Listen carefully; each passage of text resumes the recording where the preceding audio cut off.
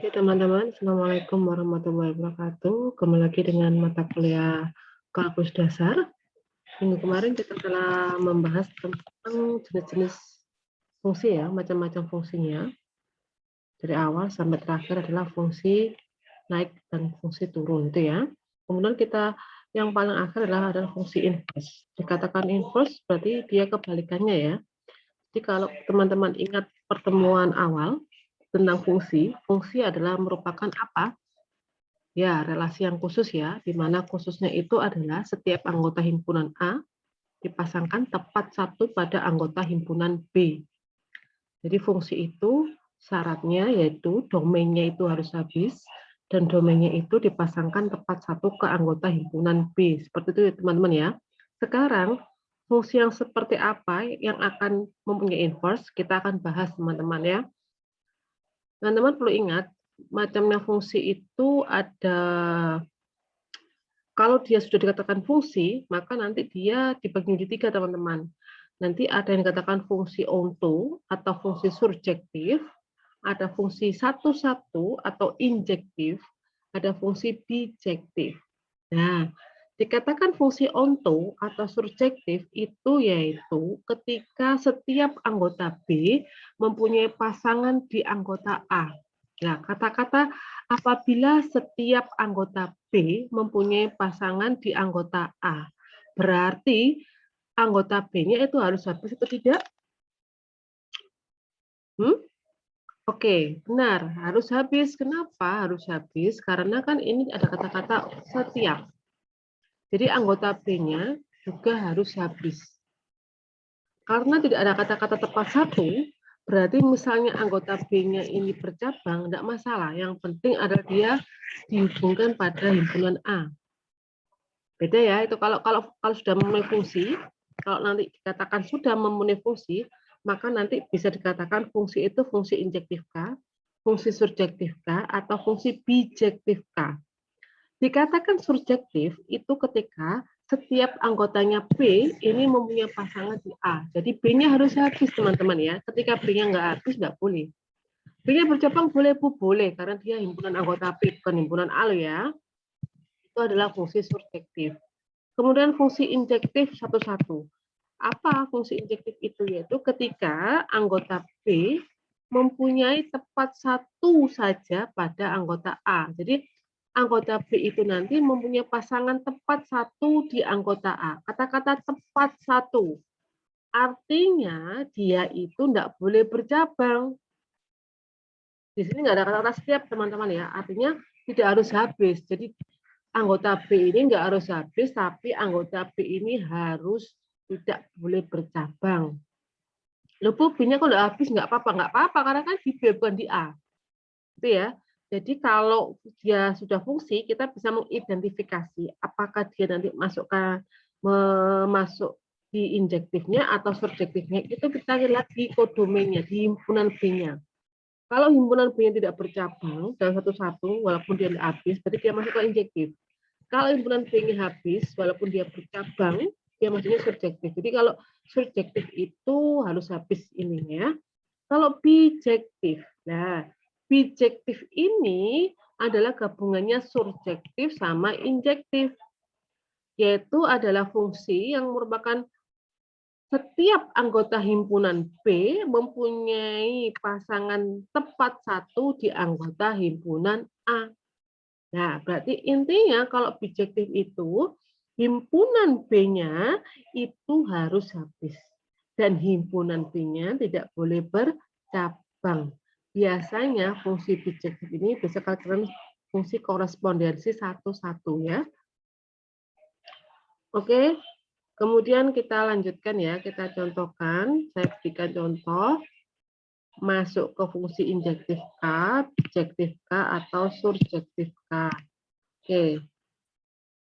Oke, terlihat ya papan tulisnya. Sekarang tinggal dilihat teman-teman apakah dia masuk ke fungsi bijektif atau injektif atau surjektif. Tapi sebelum kita masuk ketiga itu, langkah pertama yang harus kalian lakukan adalah mengidentifikasi apakah dia sudah merupakan fungsi atau hanya relasi. Kalau dia relasi, kita nggak akan bisa menyebutkan apakah dia injektif, surjektif, maupun bijektifnya, teman-teman ya. Jadi kita identifikasi dulu. Ketika kita ada yang gambar pertama nih ya, dilihat A ke B, dari himpunan A ke B, dia fungsi atau tidak? Dari sini dulu dilihat, fungsi atau tidak? Oke, dia fungsi. Kenapa fungsi? Karena setiap anggota himpunan A, ya kan, dipasangkan, maaf ya, dipasangkan tepat satu ke anggota himpunan B. Ya kan, ini kan tidak ada yang bercabang ya, di himpunan A-nya. Jadi dia masuk fungsi. Sekarang kita identifikasi. Ini kalau sudah fungsi, masuk yang mana? Fungsi yang injektif, bijektif, atau surjektif ya. Kita identifikasi, kita lihat. Kodomennya habis enggak? Enggak. Kalau enggak habis, berarti dia bukan surjektif, bukan. Kita lihat satu-satu enggak? Ini. Ternyata enggak satu. B ini ada 3 cabangnya ya. Berarti dia nggak bisa masuk ke injektif. Kalau dia nggak termasuk injektif, nggak termasuk surjektif, otomatis dia bukan bijektif. Berarti ini apa, Bu? Berarti ini adalah fungsi biasa. Jadi ini hanya sebuah fungsi. Jadi ini hanya sebuah fungsi. Nah, fungsi gini aja. Sekarang gambar 2. Gambar 2 diidentifikasi. Ini masuk fungsi enggak? Gimana masuk fungsi? Oke, betul. Masuk fungsi ya. Nah, ketika dia fungsi, apakah dia injektif, bijektif, atau surjektif? Kita cek di kodomennya. Lebih ini habis. Oh iya, habis betul. Berarti apa? Surjektif, Bu. Surjektif. Saya tahan dulu. Satu-satu K ini, loh iya, Bu, ini juga satu-satu. Nah, ini kan satu-satu semua, nggak ada yang bercabang di himpunan B-nya. Nah, satu semua kan? Berarti dia injektif juga. Nah, tapi kalau dia masuk injektif, masuk surjektif, berarti kita nggak bisa ngomong ini injektif atau surjektif. Kita harus ngomong ini adalah fungsi yang betul, bijektif. Oke, jadi ini merupakan fungsi bijektif. Benar. Fungsi yang bijektif ya. Kemudian, gambar nomor 3 dilihat apakah dia fungsi? Enggak, Bu. Kenapa tidak fungsi? Ini, Bu, ada yang himpunan A4 tidak punya pasangan. Iya, betul. Ya, karena dia tidak fungsi, dia hanya relasi, maka kita nggak usah mengidentifikasi apakah dia injektif, surjektif, maupun bijektif. Oke, teman-teman? Yang nomor 4, dilihat dia fungsikah? Oke, fungsi semuanya kan semua ada pasangannya kan ya. Kemudian apa dia fungsi apa? Injektif, surjektif, objektif. Oh, ini himpunan B habis, Bu. Loh, tapi bercabang tapi habis kan ya. Jadi dia masuknya fungsi surjektif, betul. Kemudian nomor 5. Nomor 5. Nomor 5. Oke, nomor 5 ini kan. Nomor 5 ini dilihat fungsi yang apa? Oke, ini fungsi yang dilihat lagi fungsi apa? Injektif. Kenapa injektif? Karena ini Bu, kan enggak habis ya kan, tapi dia satu semua, maka dia injektif, betul. Kemudian nomor 6, dia fungsi apa tidak? Oke, betul, fungsi. Fungsi yang apa? Kita lihat. Fungsi yang injektif tidak. Kenapa tidak injektif? Karena ini Bu, E-nya ada 2. Nah, dia nggak injektif, berarti dia fungsi apa? Surjektif. Kenapa surjektif? Karena semuanya habis. Oke ya. Nomor 7, dilihat fungsi apa? Apa? Dia fungsi? Iya, ya betul, betul. Ini fungsi. Fungsi apa sekarang? Injektif memenuhi? Benar. Injektif memenuhi. Surjektif memenuhi? Benar. Surjektif memenuhi. Berarti ini fungsi yang apa? Fungsi yang bijektif. Ya kan? Satu-satu. Kemudian nomor 8. Ini fungsi atau tidak? Gimana? Oke, ini juga fungsi ya. Fungsi yang apa? Betul, fungsi yang bijektif. Oke. Jadi teman-teman harus ingat ya. Jadi kalau fungsi injektif itu ketika domainnya, kodomennya itu satu-satu, enggak harus habis. Tapi kalau surjektif, kodomennya harus habis, oke, kodomennya harus habis dan boleh bercabang. Nah, kalau bijektif itu gabungan dua-duanya, injektif dan surjektif. Artinya apa? Kodomennya harus habis dan kodomennya tidak boleh bercabang. Sekarang, fungsi apa yang punya inverse? Fungsi dikatakan memiliki inverse itu ketika kita balik Tadi kan awalnya A ke B ya, A ke B. Sekarang kita balik. Kalau dari B ke A, kalau dia tetap sebagai fungsi, berarti dia punya inverse. Tapi kalau kita balik, ternyata dia tidak sebagai fungsi, maka dia tidak punya inverse. Paham ya teman-teman ya? Sekarang gambar nomor 1. Kalau B ke A, dia fungsi atau tidak? Tidak. Kenapa? Karena A dan B-nya nggak punya pasangan. Gitu ya. Gambar nomor 2, ketika kita balik, apakah dia fungsi? Dilihat. A ke 1, B ke 2, C ke 3, C ke 4, D ke 3 ya. Satu kan ya? Ada pasangan semuanya nggak bercabang. Nah, berarti dia masuk fungsi yang dibalik tetap fungsi. Ya kan? Nomor 3, apakah dia? Nomor 3 relasi ya, berarti dia sudah nggak punya inverse. Kemudian nomor 3 nggak usah ya, dia debu itu dibalik tapi kan fungsi. Tapi kan awalnya ini bukan fungsi, jadi kita nggak bisa ngomong dia inverse atau tidak, karena dia relasi ya awalnya ya. Kemudian nomor 4, ya kan fungsi awalnya ketika kita balik A ke B, apakah fungsi? Tidak. Kenapa? Karena A dan B-nya kan bercabang. Kalau kita balik B ke A kan bercabang. Kalau bercabang kan tidak boleh, dia bukan fungsi, berarti dia tidak punya inverse. Tidak punya inverse. Nomor 5, sama ya, E-nya nggak punya pasangan, berarti dia bukan inverse, tidak punya inverse. Nomor 6, tidak bisa, kenapa? E-nya bercabang, ya kan? Kalau fungsi kalau dibalik kan nggak boleh bercabang domainnya ya, maka dia bukan inverse, tidak punya inverse. Kemudian nomor 7, ketika kita balik B ke A, apakah tetap fungsi? Tetap ya, karena B ke A kan satu dan punya habis, ya kan? Tetap punya inverse. Kemudian yang nomor 8, apakah dia punya inverse? Apakah dia dibalik tetap menghasilkan fungsi B ke A? Iya kan tetap fungsi ya. Jadi dari contoh 1 sampai 8 kalian lihat, fungsi dikatakan memiliki inverse ketika apa teman-teman? Yaitu ketika fungsi itu adalah fungsi yang bijektif. Jadi syarat fungsi yang memiliki inverse itu ketika fungsi itu adalah fungsi bijektif. Kenapa fungsi yang bijektif? Karena fungsi yang bijektif itu ketika A ke B dia sebagai fungsi, B ke A juga tetap fungsi. Gitu ya. Jadi syarat fungsi yang memiliki inverse adalah fungsi yang bijektif. Oke, dari sini dulu teman-teman bisa memahami ya. Oke, saya lanjut lagi ya. Oke. Ini dilanjut yang PPT-nya ya. Jadi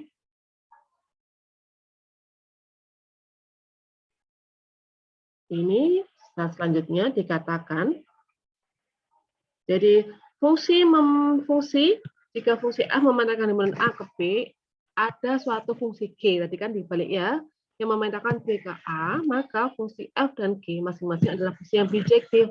Maka fungsi G ini yang kita namakan sebagai inverse, yaitu fungsi F inverse dari fungsi F yang dinyatakan dengan F pangkat min 1. Tapi batin ini bukan pangkat min 1, tapi inverse dari fungsi F. Paham ya teman-teman ya? Ciri grafik fungsi yang mempunyai inverse pada setiap garis jajar semu X dan Y memotong grafik di satu titik. Ini gimana ya maksudnya? Paham nggak yang ini? Jadi kalau fungsi itu mempunyai inverse, kalau kita dalam bentuk gambar, kita bisa menarik garis jajar sumbu X dan sumbu Y. Kalau memotong di satu titik, maka dia dikatakan fungsi yang memiliki inverse.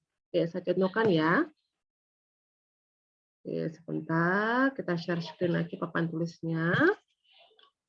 Kemudian kita hapus dulu ya, saya hapus dulu semuanya, clear ordering, oke. Kemudian kita akan kalau yang saya jelaskan tadi itu adalah dalam bentuk diagram ya. Sekarang bagaimana kalau dalam bentuk gambar? Oke, saya punya gambar seperti ini misalnya ya, gambar ini. Ini namanya nilai mutlak X. Kalau saya punya gambar seperti ini, dia sama dengan X kuadrat. Kalau saya punya gambar seperti ini, lingkaran ya, X kuadrat tambah Y kuadrat sama dengan R kuadrat. Kalau saya punya gambar seperti ini adalah grafik Y sama dengan X pangkat 3. Kira-kira dari gambar 1, 2, 3, 4. Ini mana ya yang punya inverse? Ini mana ya sebuah fungsi? Nah, oke, kita cek ya. Kalau kita ingin tahu apakah dia punya inverse atau tidak, atau fungsi atau tidak. Pertama kita cek ya dia fungsi atau tidak. Fungsi itu kan setiap anggota himpunan A dipasangkan tepat satu pada anggota himpunan B. Berarti kalau misalnya kita contohkan ya, 0, angka 0 kita nilai mutlak 0, misalnya sama dengan mutlak X, kalau 0 nilai mutlak 0 kan 0. Berarti kan 0 Kalau di diagram Venn kan satu gitu ya. Ini saya ilustrasikan ya. Kalau 0 ini kan nilainya 0. Kalau 1 nanti 1 ya kan, nilai mutlak 1 kan 1. Kalau min 1 maka nilai mutlak juga min 1 ya. Kalau 2 nilai mutlaknya maka 2, kalau min 2 nilai mutlaknya nanti min 2 gini ya. Jadi kan setiap domain akan dipasangkan tempat satu di kodomain. Maka gambar nomor 1 ini apakah fungsi? Benar fungsi karena dia satu semua kan. Tidak ada yang double, nggak ada yang bercabang. Paham ya? Berarti kalau kita gambarkan, kalau kita cek ya garis sejar sumbu Y, nah kalau memotong satu titik, dia fungsi. Nomor 2, Y 9X kuadrat, apakah dia fungsi? Iya, dia fungsi. Karena kalian coba, ya, pasti setiap domain akan dibahas satu-satu, teman-teman. Sekarang kita lihat nomor ini ya, nomor 1 tadi ya, apakah dia punya inverse? Nah, kalau ilustrasi dari ini tadi, diagram ini tadi ya, kalau kita balik, apakah dia tetap fungsi? Enggak kan, kenapa? Karena nanti 1 itu dipetakan jadi 1 dan min 1. Jadi 2 ya, ada cabang berarti ya. Kalau di angka 2, nanti juga gitu nilainya, ada min 2, ada 2. Karena kan yang nilai mutlak 2 kan 2, nilai mutlak min 2 juga 2. Jadi kalau dibalik, dia bukan fungsi, dia nyabang ya.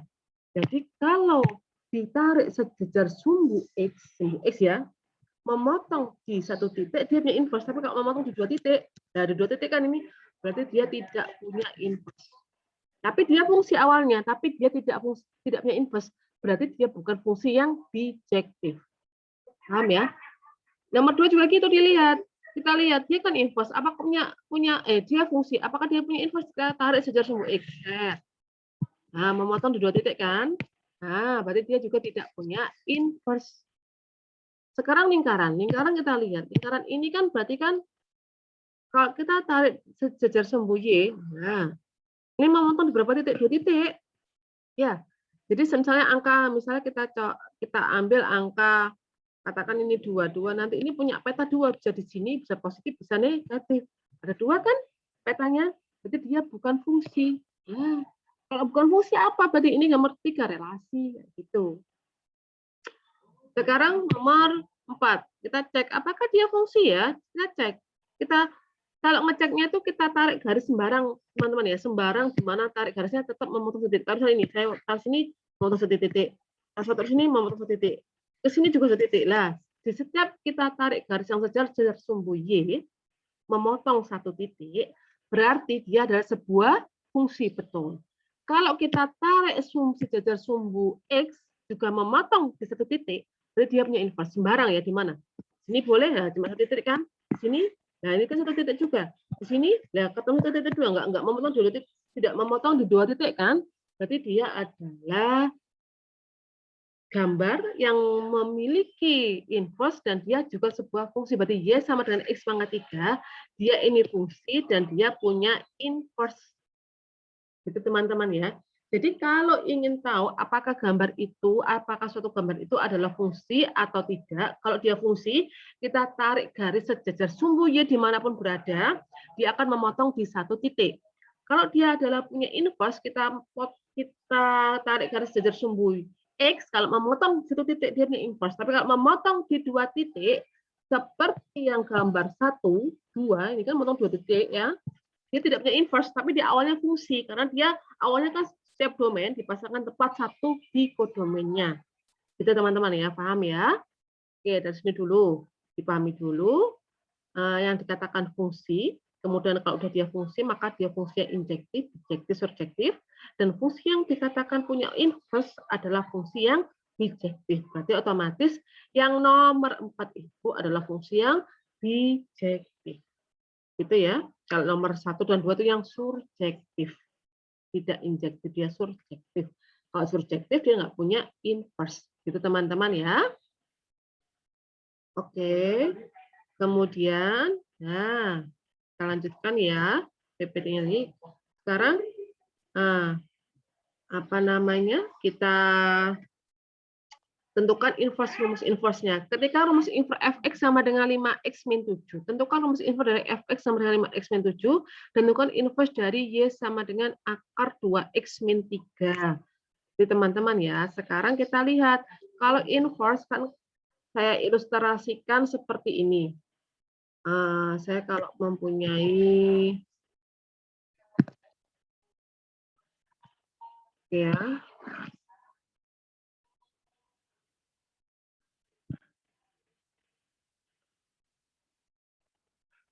Nah, misalnya gini ya. Saya punya rumus fungsi misalnya fx sama dengan 3 2x misalnya ya. X plus 2 misalnya. Berarti kalau saya punya domain 0, maka pasangannya kan 2 kali 0 tambah 2. Berarti 2 teman-teman ya. Kalau saya punya angka 1, berarti 2 kali 1 tambah 2 berarti 3. Kalau saya punya min 1, berarti 2 kali min 1, min 2, tambah 2 berarti 0. Gitu kan? Itu kalau fungsi A ke fungsi B, rumus fungsi kan ini.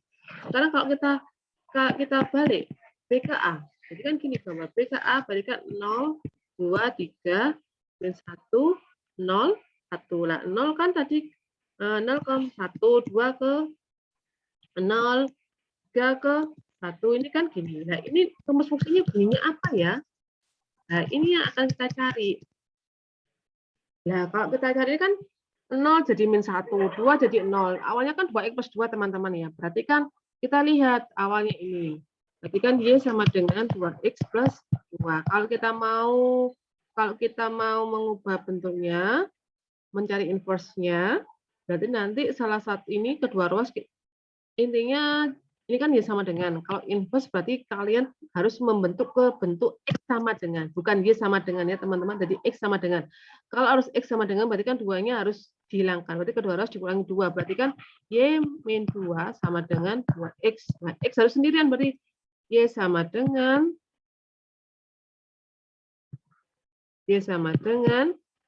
Y min 2 per 2. Nah, kalau sudah punya X sama dengan ini namanya inverse-nya. Berarti F jika dia dikatakan X ini dari F inverse X sama dengan Y-nya diganti X.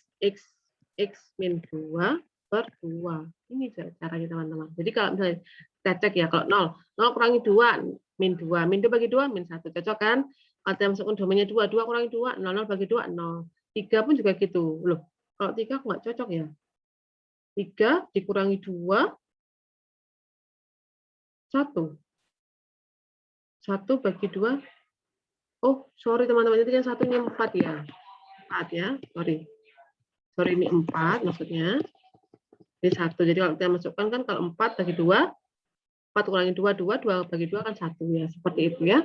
Nah, yang nomor 1 dan 2 coba kalian kerjakan dan nanti kita diskusikan. Oke? Ini bisa sekilas tentang inverse yang sedikit ya. Nanti ada lanjutan lagi yaitu inverse fungsi trigonometri. Masih ada inverse fungsi trigonometri ya teman-teman ya. Nanti akan kita bahas lagi. Oke, sampai di sini dulu penjelasan dari saya untuk inverse fungsi sampai pada inverse fungsi aljabar saja ya. Oke, saya akhiri. Semoga ilmu kita bermanfaat. Wassalamualaikum warahmatullahi wabarakatuh.